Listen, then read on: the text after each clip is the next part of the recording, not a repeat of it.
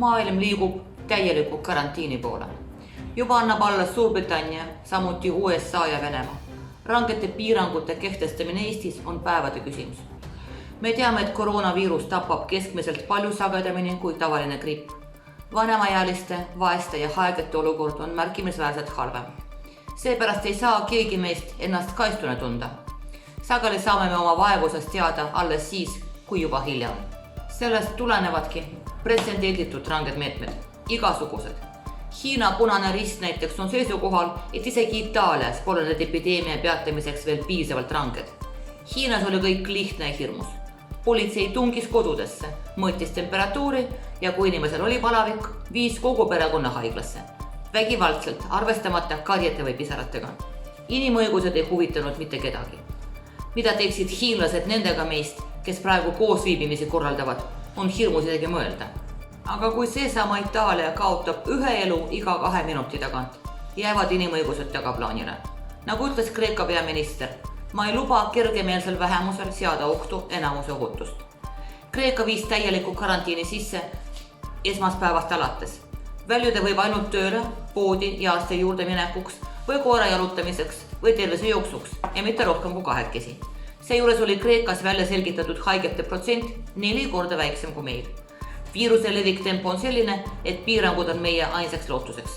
Itaalias tänu nendele meetmetele surmade arv juba väheneb. Selleks, et olukorda läheks hullemaks, tuleb meil kõigil võimalusel püsida kodus. Vastasel korral riskime nii haigestuda kui surra kui kedagi tappa.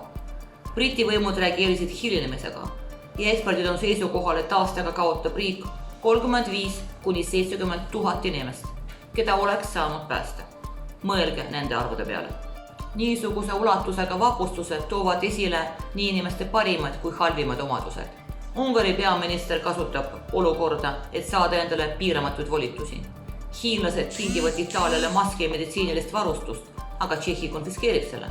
Hiljem vabandab ja saadab partii maske lepituse märgiks, kui see ei kustuta eelnevast jäänud halva muljet. Tõepoolest, see on Euroopa Liidu solidaarsuse test. Ja täna on igaüks iseenda eest väljas. Kuigi ka Euroopa Liit teeb kõik, mida saab. Kuid ta saab teha päris vähe, sest me ise oleme juba nii paljude aastate vältel keelanud tal rohkemat teha, olles mures oma suveräänsuse pärast. Ma kordan, igasugused erakorralised meetmed on õigustatud. Kui tahad elada, oled valmis rohkemakski. Kuid õiguste piiramine peab olema ajutine.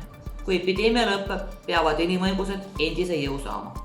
Ma kardan seda, et hirmust varjutatud kuude jooksul me harjume kõva käe poliitikaga ja see hakkab meile meeldima. Jäik poliitiline reguleerimine on alati lihtsam ja mugav kui arukas majanduslik regulatsioon, kuid ranged meetmed üksnes leevendavad haigussümptomeid, aga meie vajame ravi. Hoidke ennast, ärge haigestuge ja kohtume nädala pärast.